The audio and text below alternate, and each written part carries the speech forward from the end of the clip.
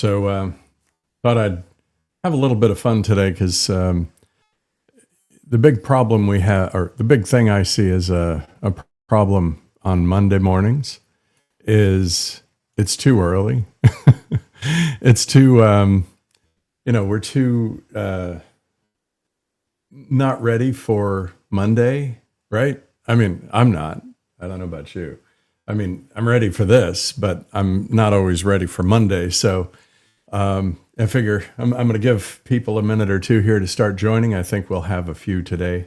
We had 6 people yesterday, and just so you know, the locals has an issue. If you didn't know, I've already mentioned this a few times yesterday on chat and posts, but I don't have enough followers at the moment on locals for a full length stream. So when you, thank you, Kitten. I really appreciate that. But anyways, if you're joining on locals, I just want to point out that what I discovered yesterday, I didn't realize, is that because I only have a handful of folks on locals following me at the moment, I don't have enough people, and good morning, Wolfman, but I don't have enough people in this stream, or I'm sorry, in locals to go more than 30 minutes on a locals live stream. So I just want you all to be aware of that. Midstream, at some point, there'll probably be a drop-off. And because of that, I just want you to be aware ahead of time. Just switch over to X or YouTube because the stream works, it goes on. But again, it's a matter of timing. Probably in a couple of months, maybe a couple of weeks, couple of months, as more people discover the stream and decide this is something they want to see, we'll probably see more and more people able to join the locals channel, and the locals channel will last more than 30 minutes. So anyways, just wanted to put that out there ahead of time. And by all means, anybody who is watching today, Wolfman and Brian and whoever else is on, just be aware of that locals switch over at 30 minutes. And if anybody wants to wave at me in the chat around that time, that'll be a great reminder because that'll keep me from, I want to warn you when it's about to die, right? So we just started at 11. It's going to go at 11:30. It'll just cut off. So we'll hopefully dodge people going, what happened to the rest of the show? And when Brian was saying it cut off abruptly, I didn't know what he meant. I was thinking it cut off like the last 30 seconds of the show. It's the last 30 minutes of the show. So we're gonna try and avoid that. So today I'm going to follow an internet tradition and do Meme Monday. So because again, it's Monday, and this is, unless you're on vacation, this is not the perfect day or time. This is like the hardest time of the day, right? For most people and week. And let's face it, some people watched the Super Bowl last night. And if you did, odds are really good you are tired. And for that, I think we need a sip of coffee for you all. And this being the second sip, I have decided that, at this stage, by the way, I'm warming my hands because it's cold over here. But I have decided that unless somebody tells me otherwise, I'm going to go ahead and do the Scott Adams toast because it's not like it's trademarked or anything. And frankly, I think a lot of people like it. It's not mine. Obviously, I'm not trying to promote it as mine, but I think it's a good tradition, and we are here to have a second cup of coffee with everybody. So if you have a cup handy, let's take a quick sip. It'll be just grab a cup or a mug, a glass, a tankard, chalice, or a stein, a canteen jug or flask, a vessel of any kind. Fill it with your favorite liquid. I like coffee. And let's oh no, I don't remember it all. Join me now in the unparalleled pleasure, the dopamine hit of the day, the thing that makes everything better, the simultaneous sip. And it's happening now. Go. and good morning all. I'm glad you're here. And again, I'm going to mention it a couple times throughout the stream because I don't want folks to be surprised by this. But there is a 30-minute cutoff on locals that I wasn't aware of until yesterday. So as a result, just be ready to hop over to one of the other stream sources if you want to. And, maybe we can even put a stream source out there on the chat if anybody wants to. But yeah, so let's get into it. Today, I thought, there is a tradition on the internet called Meme Monday.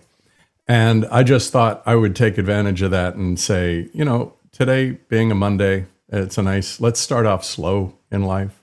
See if we can get a laugh or two and look at, cute little pictures like this, like, who's angry now, bird? And if you know the Angry Birds game, you know exactly what that's about. Now, this one here I thought was really good. I'm sure you've heard the Johnny Cash, I hurt myself today. Doing anything at the gym over 40? Yeah, it's probably going to happen. I did like this one. You could fix the dent, but I mean, this is just so much more satisfying, isn't it? It would be awesome if you happen to have a dent in your truck that you could paint that on there instead. I mean, I like that one. I like that one. Now, this is just a public service announcement. If you're not aware, on February 28th, there's going to be what did they call this? An alignment, planetary alignment. So you want to check this out.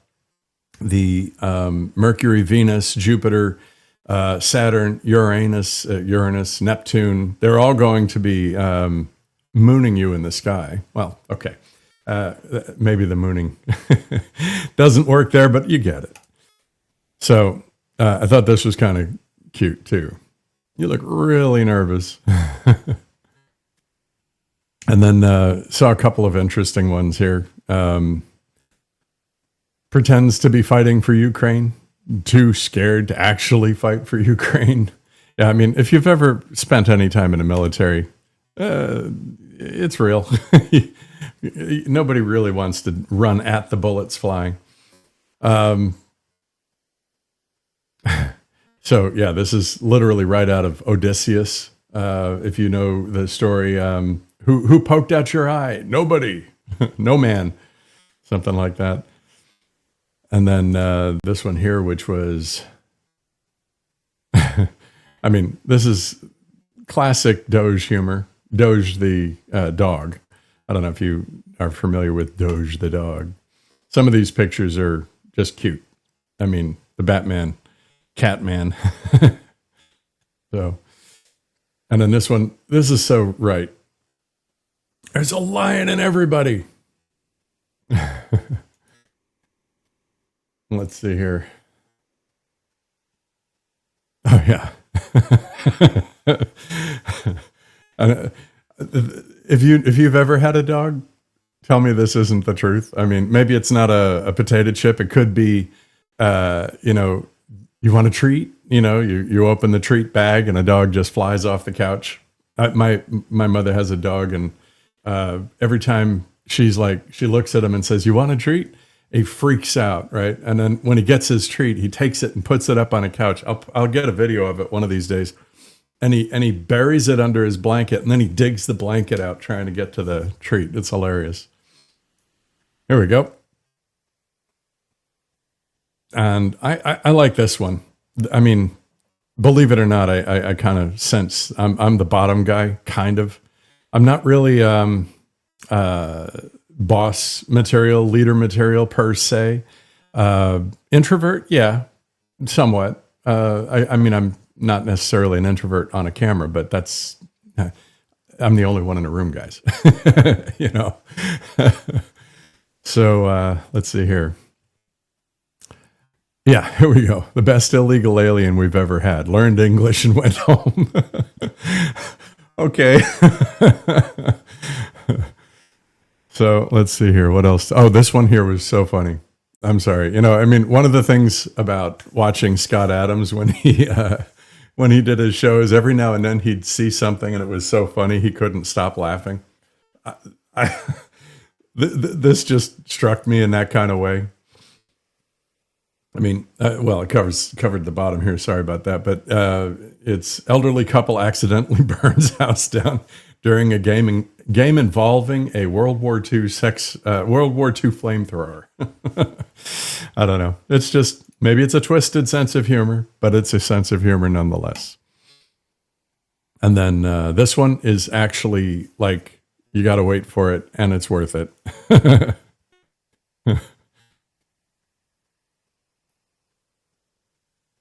There you go. Yeah, if you like cats, yeah, it's on it.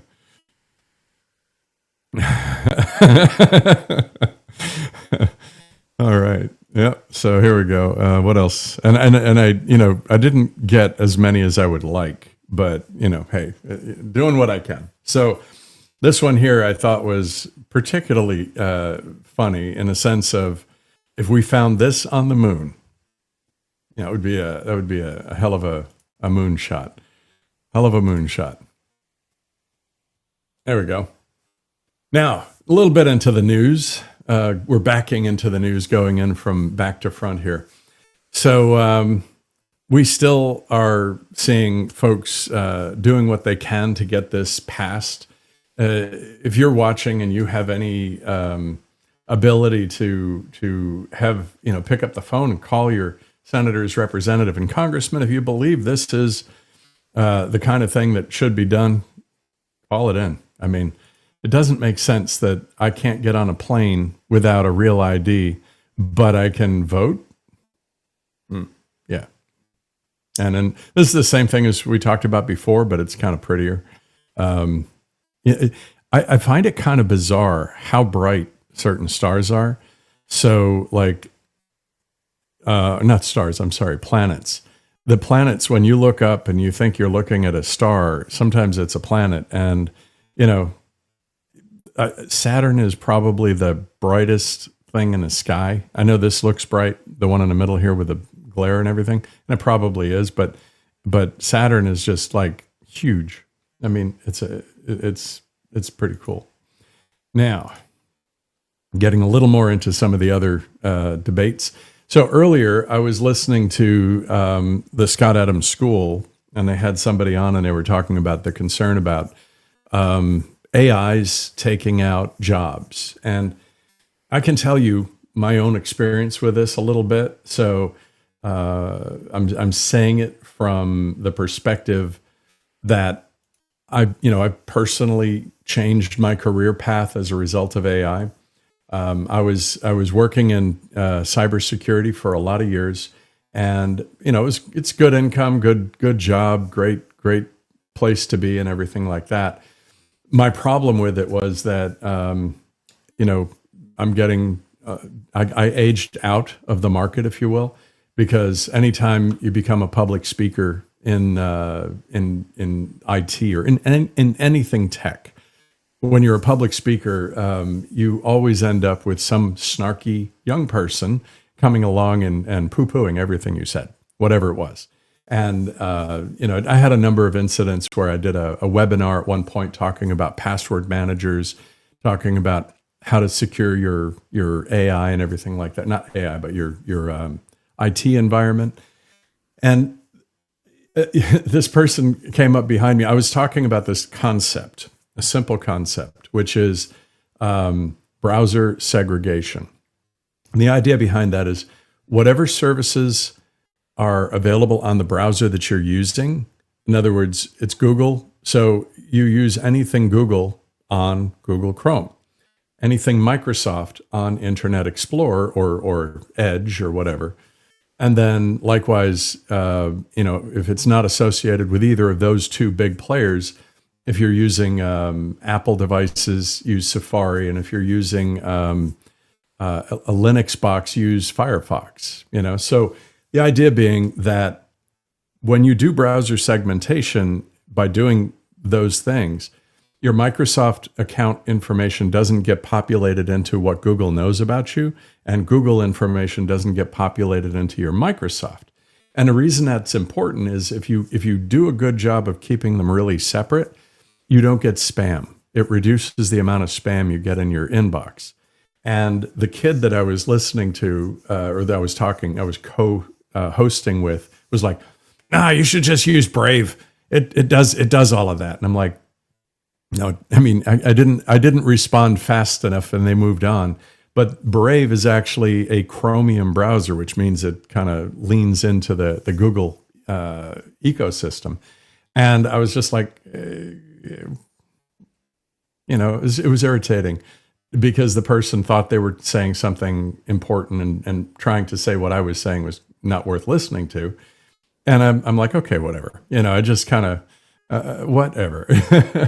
But the whole thing is, I felt like I aged out of the cybersecurity industry probably 5 years ago. Not long after turning 50, I recognized that I was no longer a hot commodity. I was, to a degree, I was a sought-out speaker in the physical security industry and early in my cybersecurity career, where I would go do webinars and live speaking engagements at events. And it was occasionally pretty good. That's where I kind of got the background to do something like this. But nonetheless, it reaches a point where you just can't continue down those paths. Things change, life changes. But in my case, I was looking at what can I do to pivot my career, my future, in a way that made it useful, or kept me around, kept me in the game, things like that. So I decided just 3-4 years ago, as soon as ChatGPT started hitting pretty big, I said, I'm going to go take a bunch of training and I'm going to pivot into AI. And I did. So, now if you look at my LinkedIn profile, it actually says AI mentor, AI philosopher and AI mentor. And it's primarily because I'm not going to get into the AI world per se as I don't write code. I'm not somebody who's going to go down getting into how to train specific LLMs or anything like that. But I do like teaching AI stuff. And this article, what they're talking about here, one of the very first things as I was really starting to learn about AI, I remember I went to a Google training, a prompt training at Google, and it was in Boston. And when I got there, we were listening to them talk about the changes to Gemini and the big LLM and everything was going to be all amazing. And I said, it won't be long before we all have our own AI. And they literally looked at me like, you're crazy. No, that's not real. And I was like, okay, whatever. But and the other thing is the second I heard about how AI worked, one of the first thoughts I had was we probably need to upgrade all of our browsers so that we can actually have, like, today, if you use a browser, you have these extensions. These extensions are coded and built out and everything like that. Well, in reality, from my perspective, I thought, well, what if you just had AI build you the extension? I don't need to go download somebody else's extension. They never work the way you want them to.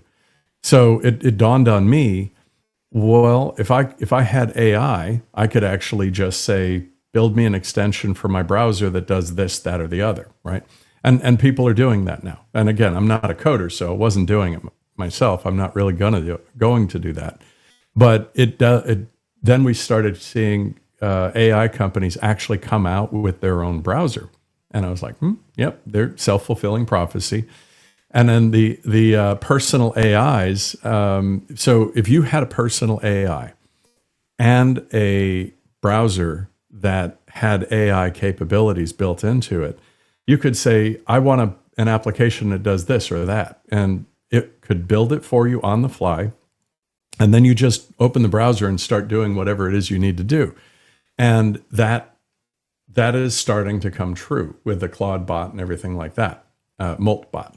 So it was just one of those things where when I started seeing that kind of stuff happening, I thought, yeah, we're going to have our own AIs, and they're going to code apps for us on the fly, and we're not going to have to download stuff. We're not going to have to subscribe to things. We're not going to have to buy software packages, and all of your software expenditures are probably going to drop to a really, really, really small list of things that you pay for, because eventually, guarantee you, at some point, everybody's going to have their own AI, and that AI will do all those things you need it to do.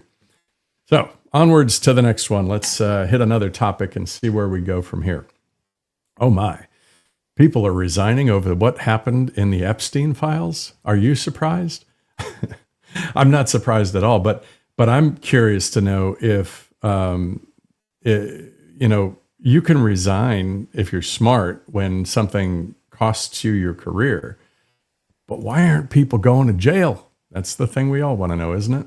I don't understand that people are still able to get away with what they're getting away with and never, ever having any repercussions, like having $57 million or $57,000 and then suddenly having 30 million in your bank account from insider trading. Kind of bad. Okay. Anybody who watched the Super Bowl last night knows that the Seahawks defeated the Patriots. Not surprised. Not saying it's like something that I thought was going to happen. I made clam chowder yesterday. I went to a Super Bowl party and I made clam chowder. By the way, it was really good. And I did that, kind of supporting my side, right? I was like, hey, I wanted the Patriots to win. I lived for a lot of years in New England, never lived in Seattle. So I thought, I'll back them. Figures.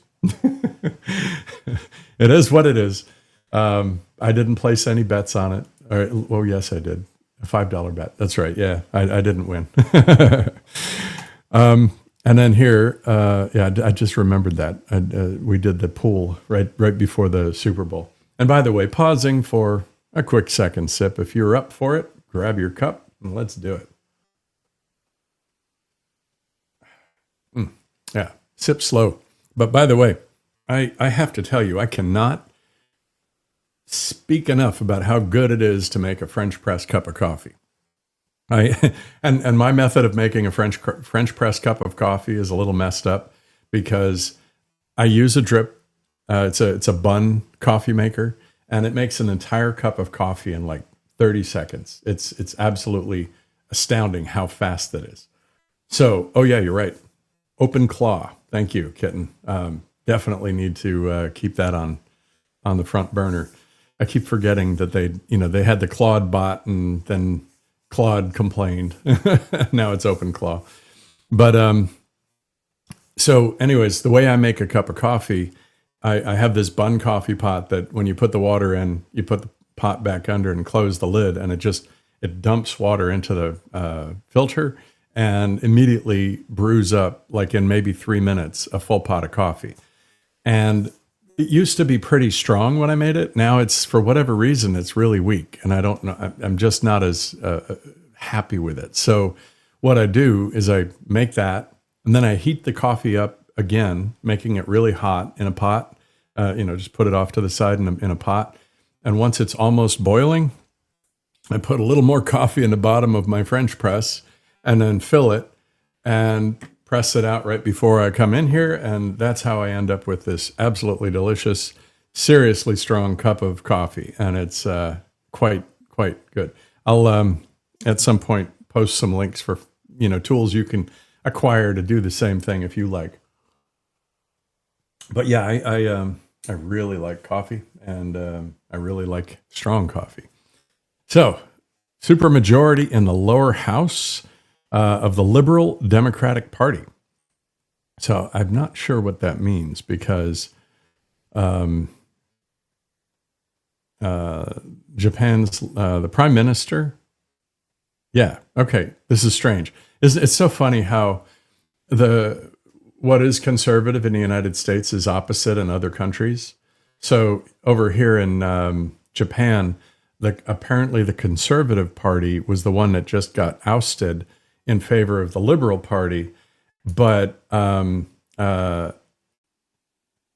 Takashi, I guess it is, Prime Minister Takashi, actually is one who wants to, make Japan great again and help, immigrants find their way to the door.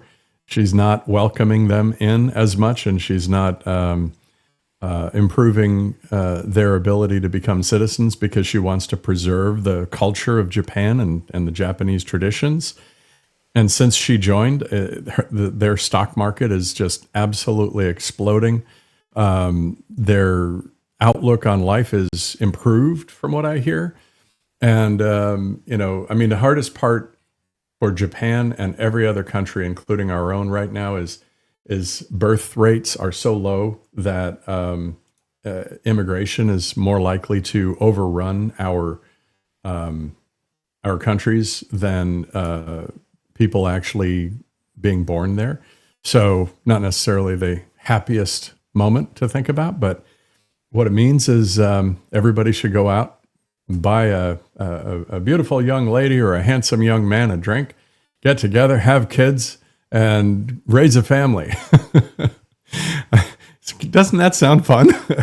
I mean, it could be if you're, I'm personally very much an advocate for having kids, although I won't say that that's an easy path in life. I will say that it's something that I do, I approve of the idea, even if it's not always perfect for people in their life. But I do hope to encourage folks to, embrace that as an idea, because ultimately, if you make your country suitable for raising a child, it's probably going to be a nice place to live. So anyways, onward. There were some interesting trailers that came out. I don't know if you, any of you watched The Mandalorian when it was on TV. I thought it was kind of cool. It was a decent Disney production that for the most part was pretty good. Right up until they fired the lady who was like the conservative actress on the show, and she said something about that. And just like anybody else in Southern California, you mentioned being a conservative and you get fired.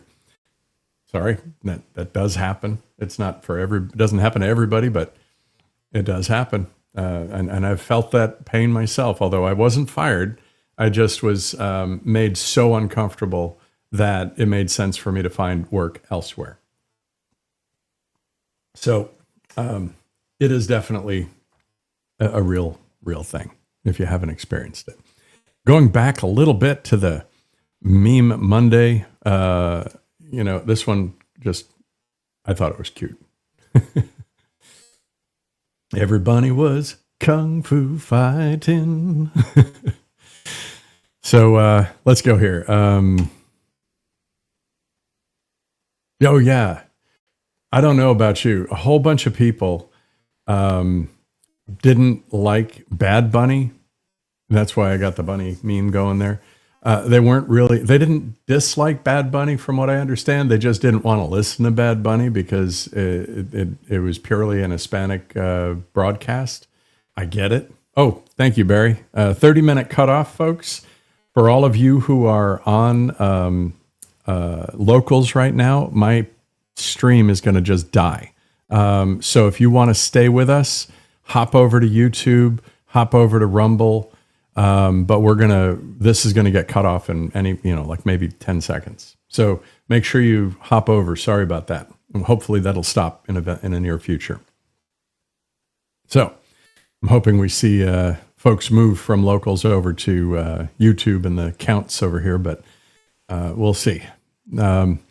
So anyways, going on with what I was saying, Bad Bunny had a show, and you know what? I listened to some of his music. The music is kind of cool. I heard it. I didn't have any negative opinion of the music itself, although I didn't understand what the words were until I watched a translation of it, and there was nothing I was seeing in the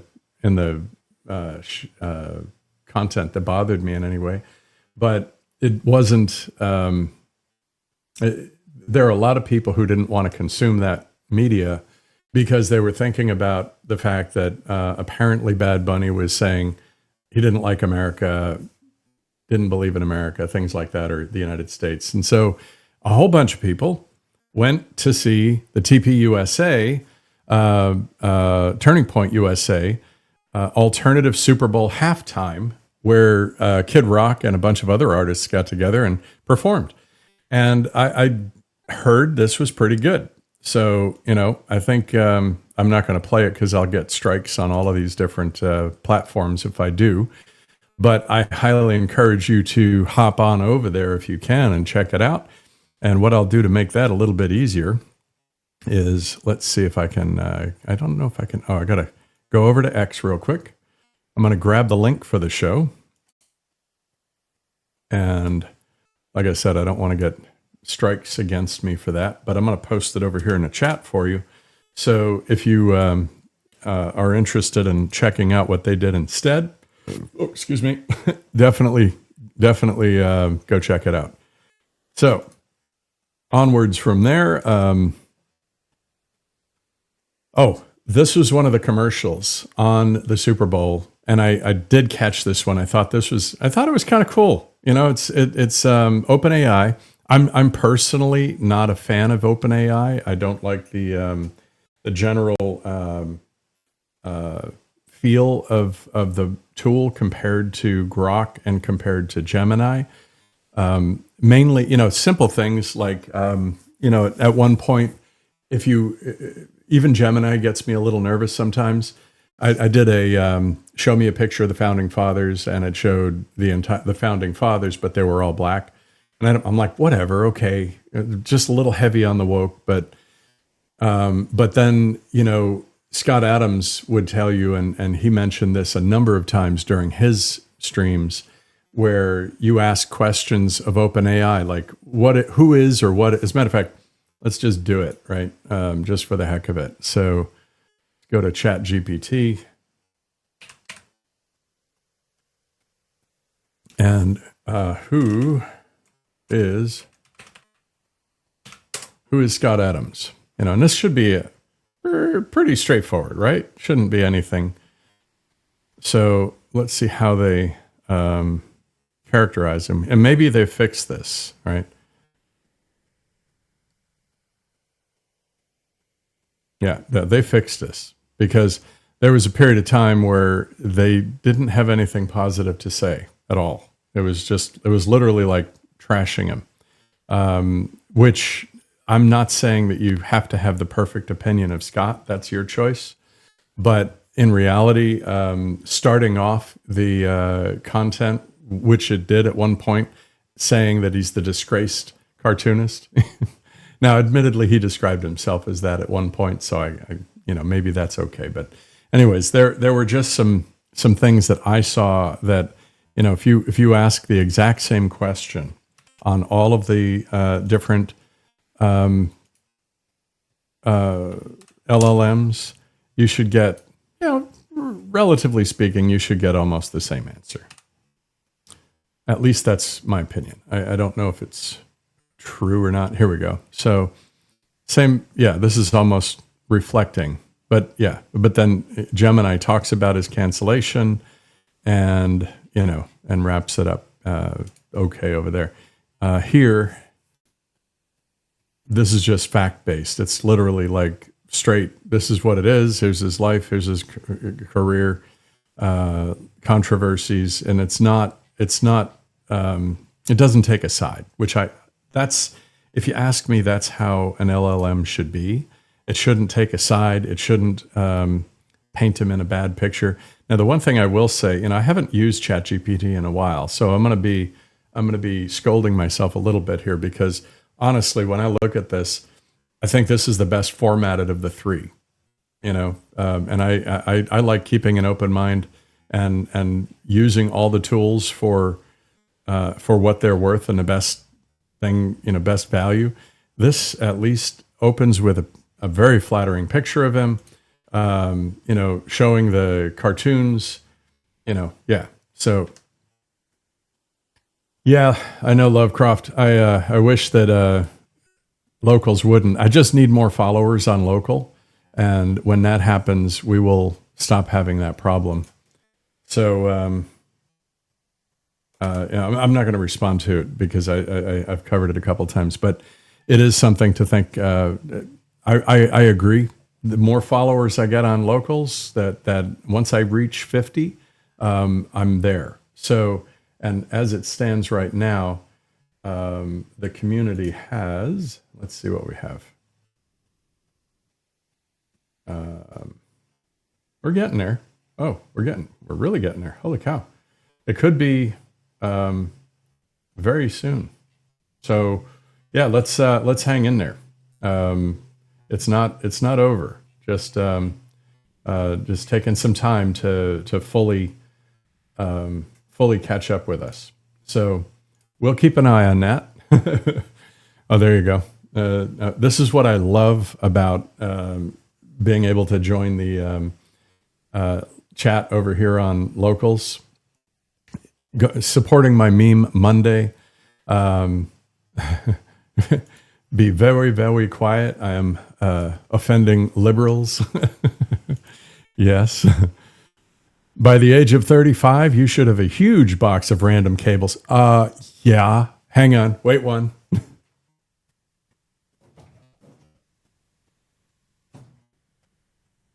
This is one of about 6.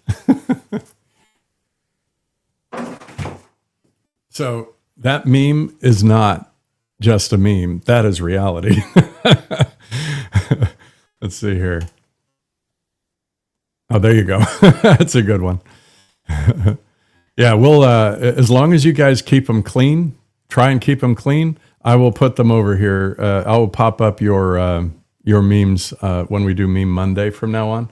And yes, that's going to be, I'm going to make that a regular thing. Mondays are just not the day to start off with a serious topic. We need to laugh. We need to have a good time, and we need to not be focused on, the negative that knowing we have to go back to work. I hate work. Oh, wait a minute. Okay, I won't say it, but I am working, and I do like this. So, but yeah, it's a very different job as a streamer. And when I say job, it's not a job. It's just fun. I'm just enjoying myself, having a good time with you, and getting feedback from you, chatting with you. You guys are a great bunch of folks so far, and not just so far, but great bunch of folks. It'll probably remain that way until maybe I get a larger audience and more people creep in that we didn't necessarily want to tarnish our mornings. And in those instances, I'll keep the chat over on the side, and I'll only bring it over if it's really good. Okay. I'm going to try and keep our Mondays sweet. So, hey, take another sip. It's about that time, about every 15 minutes or so. All right. So, yeah, but anyways, like I was saying, I do really like being fair to all of these tools because some of them are just astounding. And as a matter of fact, just to be even more fair, one of Scott's favorites was Perplexity. And the reason that, it's funny, you have to go so far down to get to the actual item. So, you know what I mean? So let's just hop in with that. There we go. And I was looking for, oh, nice. That reminds me, I'll bring it up in a second. Oh yeah. No, don't need that advice. That's okay. We'll pass on that. Let's see how the stocks look today. Yeah, a little green, a little red. Yeah, doesn't look like a slaughter, but it doesn't look like the most profitable day for everybody. That's good. And then I think we get back over to our, and by the way, just in case you were wondering, the way that I'm planning and setting up my stream these days is with this great tool, Raindrop. At some point, I'll put an affiliate link. I do have an affiliate link for this. I'll start putting it in my descriptions of the shows. And what Raindrop does for you, I like collecting links before the show, so I'll go over to like Grok here, and I'll go down here and just open up whatever happens to be on the show or, on the news feed. And then I'll use the cloud icon here, which is the plugin. And then I create a whole bunch of folders, usually a couple days ahead of time now. So I've got what I'm gonna talk about today and tomorrow. So, and then I just save it into, I just click on this and it saves it into that folder. I'm not going to save it this time because I already have it. But so that's how I get this pretty list, and pretty beautiful, whatever you want to call it. I like it. I think it's fantastic, useful, and a great guide to make setting up for a show like this super easy. That sort of looks like my screen setup that the other guy had there. But this here, go into the Claudebot. This has to be, I think I showed this yesterday, but it's still giving me a chuckle today. This is if you haven't seen Silicon Valley, I highly encourage you to go watch that show. It is absolutely hilarious. They put that show out, I'm going to say, it was a long time ago. But when they did that, they ended up like predicting so much of what was happening in the world. When I was watching the show, I was actually working in Silicon Valley. I would fly up like on Sunday night and I would stay in Silicon Valley until Thursday and then come back home. And so I was there all the time and connecting with people that were just like the people in the show it was amazing. So I'd go home on Thursday night and I'd watch this show. And the entire time I was watching the show, it just gave me massive anxiety because it's like, I'm living this show. This show is exactly what's happening in my life. And it was, I swear, everything that was happening in that show was happening in real time, in real life, right in front of me. So, so here's a couple of other little topics I'm going to cover. And this one was why millennials and Gen Z cannot afford homes. The reason that I'm bringing this one in is not so much I have millennials in my life who cannot afford a home, and I'm doing what I can to help them. It's a painful and brutal, true reality that it's very difficult to deal with. But that said, what can you do? And the reason this is why I'm bringing this up, because this wasn't just an article whining about it or complaining about it or giving telling you all the bad. It was actually making some suggestions. So I thought I'd bring it up here. Owning a home doesn't have to be the absolute goal, but when I have a moderately large house for my wife and I. It's too big for us, but it was intentionally built as a multi-generational house so that we could have family living here and things. And it turns out that, having family live with you isn't always what is in the cards for a variety of reasons. So, it's brutally difficult. Sometimes, I look around and I'm like, I don't need this much space. And as much as I love my house, I don't feel like it's the right house. I should be in a smaller house, just my gut. Right. But I'm doing what I can to, find ways for my kids, my family. It's not just my kids, it's my family, to have a home that they can live in, that they can afford, and be able to survive that. And the number one key is helping them to strengthen their financial position, jobs, education. There's so much of what's going on right now is telling people that, a college education is worthless. I disagree. I'm not saying that it's truly achievable for everybody, but there are some previous streams that I have where I talked a great deal about how you can actually get a low cost education. And I'm going to take those apart and put them into some produced videos over time, talking about how you can actually get a degree for free. And, there's a bunch of little techniques. And it's not going to be the kind of degree that is worth what you paid for it, but actually a high quality education that can actually improve your odds of making money, improve your life in general, and make financial security viable. So I'll be doing those in the future. Like I said, I'll be cutting up the ones that I've already done, and then also adding some content and giving some real strategic pointers that people can use.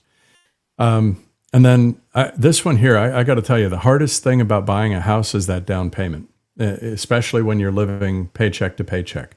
And when I first was able to buy my first house, it came because I moved in with my sister-in-law, and she had a 3-bedroom house. My wife and I lived in one room. My boys were in the other room. We all shared, we paid rent, but we saved enough money in 1 year to have a down payment to buy a house. And it was back when I bought my first house for like $150,000. It was really, but it was also a 100-year-old house in a not so good part of town, which I do regret now in some ways, because that neighborhood had an impact on my kids, which was not positive. So yeah, in the end, I would have to say that you have to be willing to do some things that maybe are not easy. Living with somebody when you really want to be on your own, that kind of thing. And then, buyer assistance programs, these are good. These are real. I've had both an FHA and a VA loan, an FHA VA loan, all in one. They are useful. They're very valuable. The only way you can get the VA loan, of course, is if you serve. And so one of the first things I did as a young person was invest in myself by serving in the military. And that has paid paid dividends beyond compare, in part in my personal self-discipline, in part in my ability to just make myself do things that I didn't necessarily want to do, but also a college fund, cash bonus that I got when I signed on, veterans benefits that I still have access to today. I mean, not a single minute of the 7 years that I served my country, not a single minute of that is wasted, in my opinion. So, there are certain things you can do, Now, the other one, when you buy a house, if you're careful and you buy the right kind of house, maybe you can rent a room out to make the, mortgage more affordable. Renting out a basement unit or an attic unit or whatever. I never did that because I was fortunate enough to be able to afford my mortgage when I first bought a house. So, but yeah, definitely good. And one of the biggest things, this is kind of going to something that Scott Adams always said, move where the luck is. So if you have a career, move where the luck is. It's a big deal. So being able to hunt in a city that you want, critical. You got to be able to do that. One of the tricks that I've always used when I've moved a lot, and in the years that I've moved, what I do is I would go, all right, I want to live in Los Angeles, and I just want to, put my job title. Maybe it was, and search. And so I'd find the jobs that existed out there in the place I wanted to go, and see if I could find, how many jobs. And this is how I did it, is I'd look at how many jobs. So there's 100+ jobs in Los Angeles for that kind of work. Great. Now do the same thing for Boston. And then do the same thing for New York. And you just do this whole thing. 200+ jobs. I got to move to Boston. But you get the idea. And so it gives you an insight as to where to move to before you ever go. And if you're not, it doesn't matter what your job or career is, whatever it is you want to do, you hunt for the jobs on a job board for what you want to do, and then look at the cities you would willingly consider moving to, and then go from there. So having a strategy around where you choose to live is probably one of the biggest situations. And, don't count out weather, by the way. Like one of the funny things, the reason I lived in California was because my wife got a job out there and we went because she had a job out there. But the weather was 73 degrees average year round. And I was like, holy cow, that's not real. And it actually was. So when we went, I was like, I still can't believe how good the weather is here. And, moving for weather's not a bad thing. I would encourage you to consider Orange County if you're going to consider Southern California, because that's the best county. That's the best place to live in California, in part because it's more conservative than most of the other counties around it. And I say conservative, it's important. When I say that, it's not because of politics. If you're in LA and you drive into Orange County, the highways, just driving from LA, the bumpiest, worst roads you've ever seen.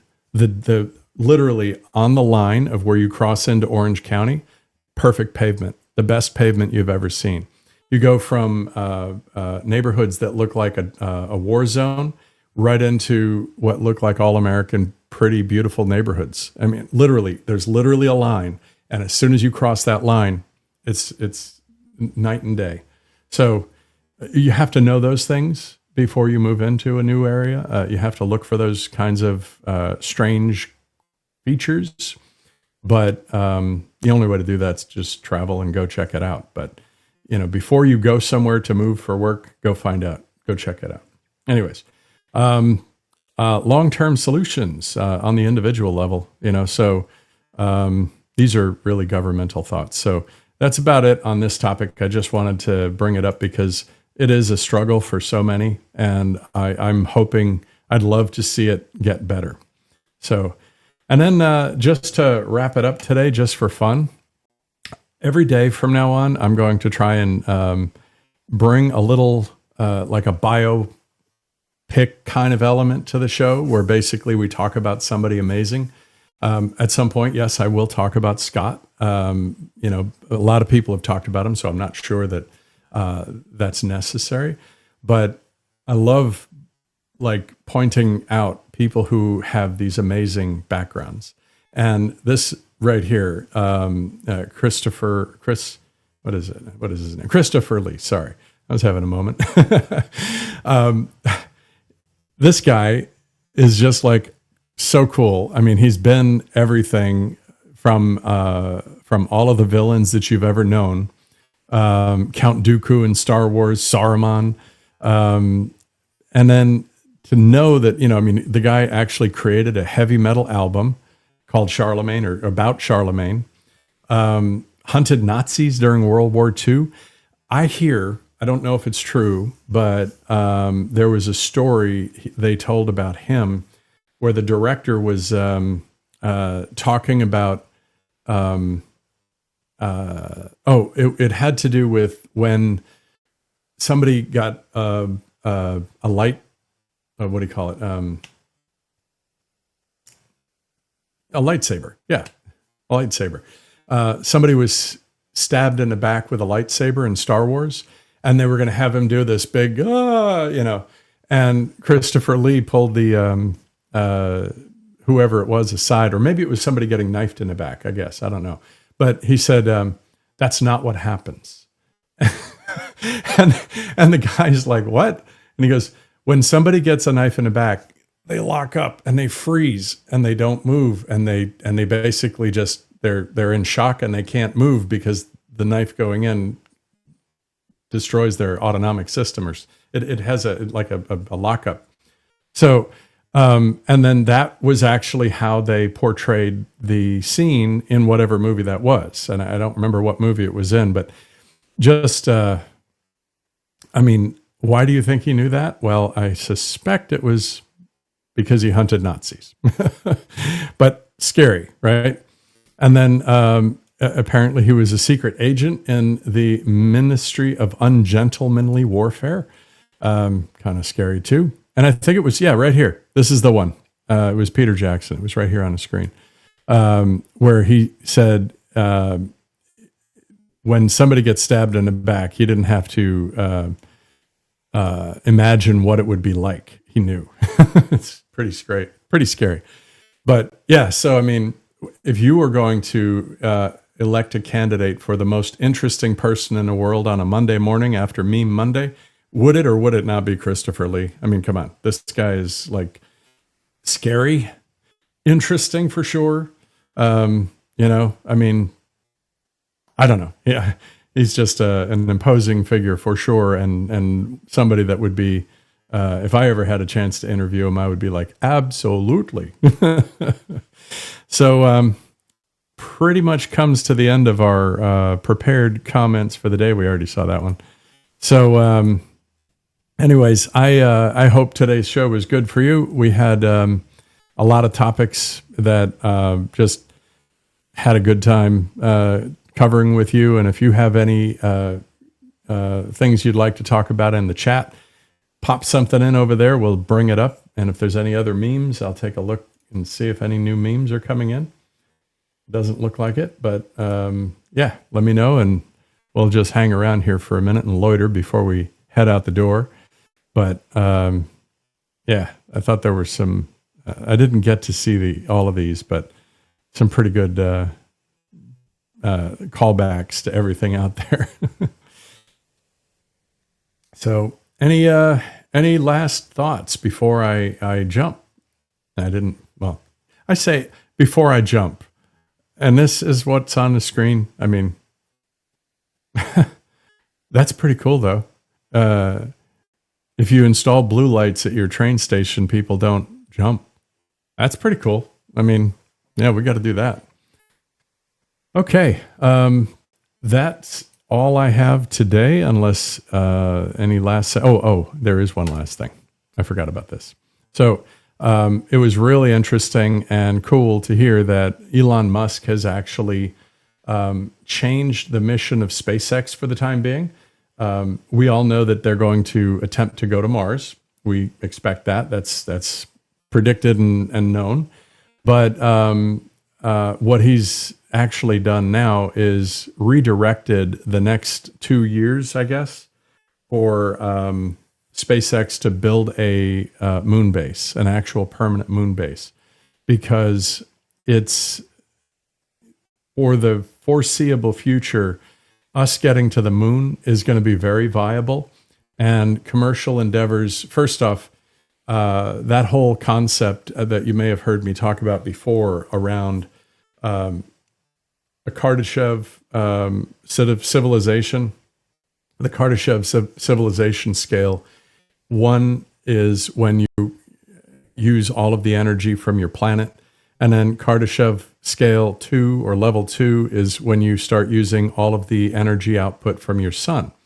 And essentially, we can only do so much, right? We here on Earth, unless you completely tile the entire planet in solar panels, we're never going to capture all of the solar energy on Earth because it's literally only half of the Earth at a time.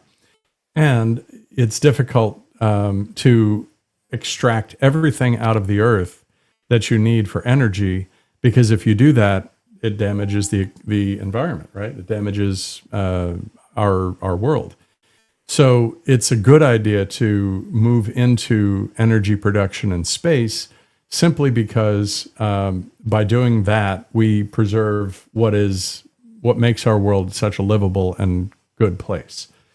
So it's worth us looking at how we can move to that, heading towards a Kardashev 2 civilization, where we actually extract a massive amount of energy directly from the sun. And you could imagine like these giant solar arrays that they won't put any shadows on Earth. So it's not like they're going to be far enough away outside of orbit of Earth that they won't have any impact on Earth. But they could be collecting energy from the sun, charging giant batteries, and shipping those batteries back for use on the moon, in orbit, on Earth even, and simply by collecting solar energy. And, it seems kind of crazy to think that way, but it's very viable. And when you realize that they can actually, the ability to get material up into orbit from the surface of the Earth is expensive and difficult, and it has a potential to pollute our atmosphere and things like that. If you're on the moon already and you're producing things from the moon, you can mine your ore and materials from the moon, and then using a railgun, just launch it into space without any rocket at all, and without having to worry about all of the things that cause problems here on Earth. So it's a truly phenomenal way to go. Yeah, and the enemy has to shoot down your solar panels that are in space. That's quite true. If they're going to try and take you down, and that's a whole lot harder to do.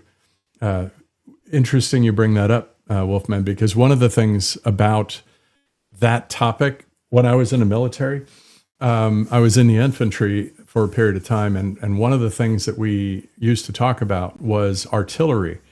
Artillery can shoot rounds 20 miles up, right? And that's a lot. That's a long way up. You can actually take out satellites with artillery. 105 millimeter howitzer can take out satellites.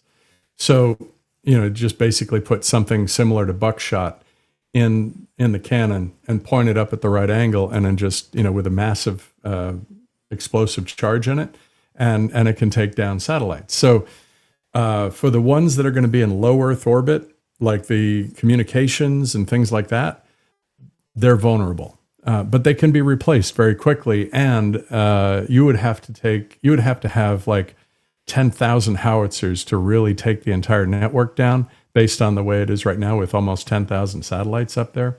So we're kind of safe from that kind of attack these days.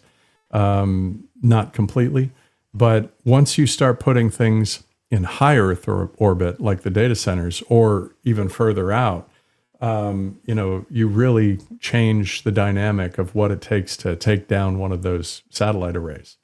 So, yeah, it'll actually strengthen our positions as countries.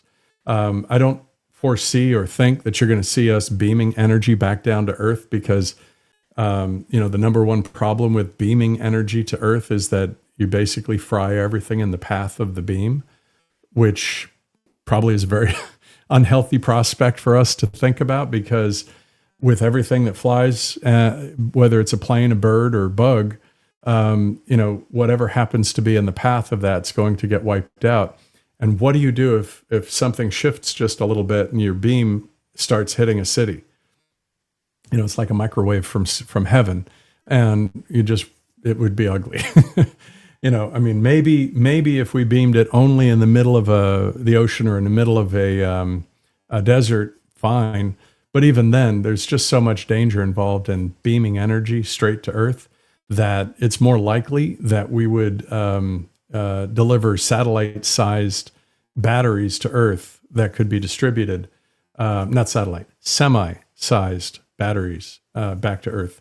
That might be a little bit more practical, but it doesn't matter, because ultimately all we're really going to end up doing is taking the data centers that are here on Earth, moving them to orbit, and we're going to relieve the grid of having to support those data centers. We'll probably keep a handful of them anyways, just because we want to keep some of them for the purposes of redundancy. But in the end, I actually bet that the bulk of intelligence will be up in orbit somewhere. So, but the moon base totally makes that possible. And for us to be able to pursue that, it's amazing. That it's one of the first times I've seen a pivot from a high-tech company that makes sense, that I can go, yep, I'm behind that. So many companies, their focus is, let's just work on our profits, right? So you look at Coca-Cola, what is their profit? It's going to be based on addicting you to their drinks. And then after they've addicted you to their drink, how many more can they sell? So there's nothing in Coca-Cola's charter that says, and we'll also make a healthy drink that doesn't destroy your teeth and doesn't keep you up till 2:00 in the morning if you have one too late in the day, right? I'm being a little extreme in my perspective here, and I actually love Coke. I do, Coca-Cola. But That said, I will never drink a Coca-Cola after 2 p.m. for reasons I just stated, and also because I like my teeth. And to know that they could pivot and make a better product that's actually healthy for us, but they don't and they won't, you know.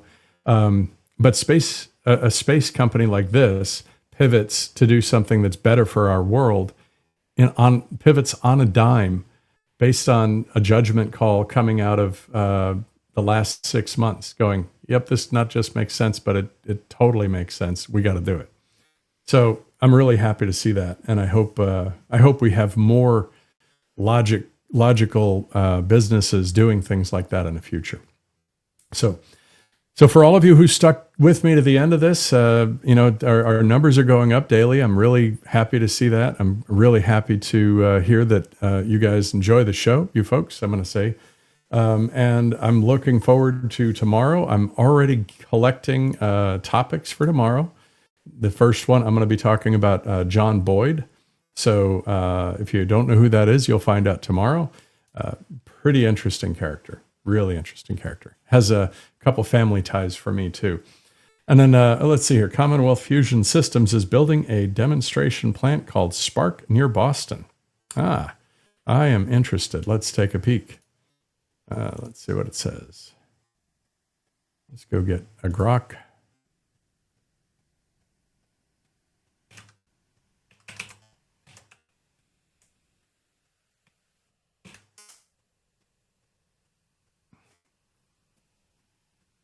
There we go. Highfield tokamak. Let's see. Tokamak is that donut-shaped spherical thing that they use to confine the fusion reaction. And this is it's something that could happen in 30 years story that's been going on for the last 60, 90, whatever, 60 years probably. So hopefully, I hear what you're saying, Wolfman, about fusion being a better alternative. I don't disagree that there's the potential output being better, but the problem I see with fusion is that it's extraordinarily expensive to stand up, and the ROI is like 20 years. So your return on investment for building it takes so long, and who do you think funds it if we build it? Us, right? We're paying for it directly. And that means the entire country is going to pay for a regional fusion center that's only going to serve one state. Not a big deal. I mean, we have to do these things. And I think it's better to overbuild than underbuild. But, the biggest issue that I see is surviving the regulatory environment that causes these things to never happen. So, the fission systems that we have out there have been working quite well. And what most people don't get is that the disposal of waste materials is nothing more than putting it in a barrel. And you could literally put it in the parking lot of the place and it's okay. As long as the barrel isn't ruptured. I know that's like, okay, cross your fingers, hope for another 100 years. That's good. But our waste from nuclear materials is not as bad as we think from a fission perspective, especially when you get into like the third and fourth generation fission engines that are out there. And then secondarily, there's now apparently ways to convert the waste product using lasers to actually convert the waste material into a reprovisioned material that can be used again. So just some very interesting things. It's a little bit harder than, fusion would be great, except that remember, it is the power of the sun. And it's not the decay of a radioactive material. It's actually using a magnetic field to spark a mini sun on our planet inside the atmosphere. Kind of there's some scary elements to that, But the reason that I think solar might be better than fusion, and this is my opinion, it doesn't mean I'm right. But you can stand up a solar array that will give you the same kind of power output as a fission plant in 6 months. That's all it would take, 6 months. And if you use the rooftops of all of our flat buildings that are out there, you don't have to put anything new out that's your neighborhoods would freak out about. And you could also cover all the parking lots with solar, which would have two things. It would make the pavement last longer inside the parking lot. It would give people a dry method to get from their car into whatever store they're going to see or going into. And then it becomes an immediate, if you were to incentivize businesses to put solar on their roof and over their parking lots, you could basically have them self-fund instead of having to use taxpayer money. And in doing so, typically solar pays itself back in about 6 to 8 years. Generally speaking, the consensus is that better solar panels last in the neighborhood of 15 years. So you could get your return on investment in the first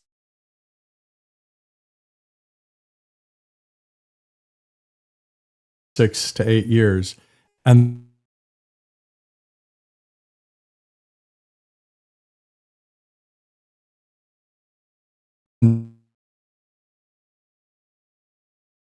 then in the subsequent 6 to 8 years, put aside the money to recondition your panels.